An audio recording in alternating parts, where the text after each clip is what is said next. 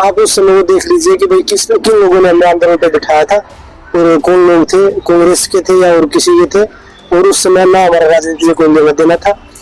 Starting में हमने किसी राजनेता को मंच पे नजर नहीं दिया था और बीजेपी के नेताओं को हमने लेटर लिख के दिया है, अगर वो फिर भी नहीं आए। तो उनका काम है ये नैरेटिव फैलाना कि भाई ये कांग्रेस पार्टी ने करवाया था, ये फलाने ने करवाया था। ऐसा कुछ नहीं, पूरे देश ने देखा और आज भी पूरा देश खिलाड़ियों की बेटियों के साथ खड़ा है। जब जंतर मंतर पर 2023 में धरना प्रारंभ हुआ था तो मैंने पहले दिन कहा था कि ये खिलाड़ियों का आंदोलन नहीं है, इसके पीछे कांग्रेस है, विशेष करके भूपेंद्र हुड्डा, दीपेंद्र हुड्डा, प्रियंका जी, राहुल जी, ये कांग्रेस का आंदोलन है। और आज भारतीय कुश्ती संघ के पूर्व अध्यक्ष और बीजेपी के पूर्व सांसद ब्रजभूषण शरण सिंह ने खुद पर महिलाओं की तरफ से लगे आरोपों पर खुलकर बात रखी। मीडिया को दिए इंटरव्यू में ब्रजभूषण ने कांग्रेस और भूपेंद्र सिंह हुड्डा की पूरी साजिश के पीछे स्क्रिप्ट लिखने वाला करार दिया। सिंह ने हरियाणा चुनाव के मद्देनजर विनेश फोगाट और बजरंग पूनिया को कांग्रेस में शामिल होने को लेकर तंज भी कसा। कहा एक दिन कांग्रेस को पछताना पड़ेगा। इसके साथ ही उन्होंने ये भी बताया कि विनेश अब नया मुद्दा कौन सा उठाएंगी। सुनिए उन्होंने पूरी बात क्या कही। जैसा कि कांग्रेस में विनेश को टिकट दे दिया, क्या कहेंगे आप? 18 जनवरी को जब जंतर मंतर पर 2023 में धरना प्रारंभ हुआ था तो मैंने पहले दिन कहा था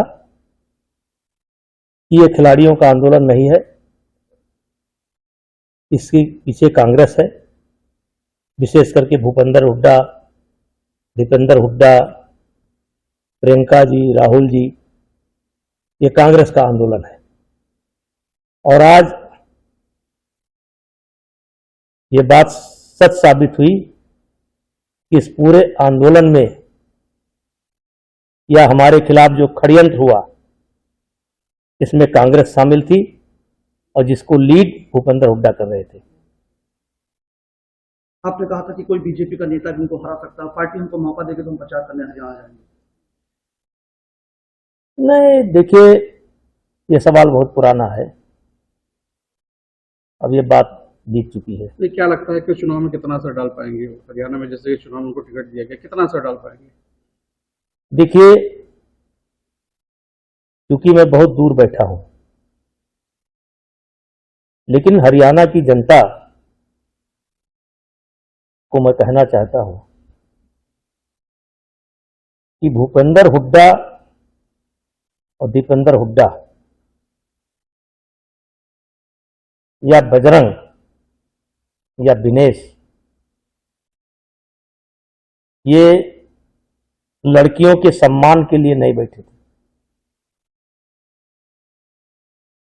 इनके इस घटना से हरियाणा की बेटियों को शर्मिंदगी का सामना करना पड़ रहा है। उसके जिम्मेदार हम नहीं हैं, उसके जिम्मेदार भूपेंद्र हुड्डा हैं, दीपेंद्र हुड्डा हैं और ये आंदोलनकारी है। और उस दिन ये क्या जवाब देंगे जब ये साबित हो जाएगा कि जिस दिन की घटना मेरे ऊपर लगाई जा रही है उस घटना में मैं दिल्ली में मौजूद ही नहीं हूं। उस दिन क्या सामना करेंगे? और राजनीति के लिए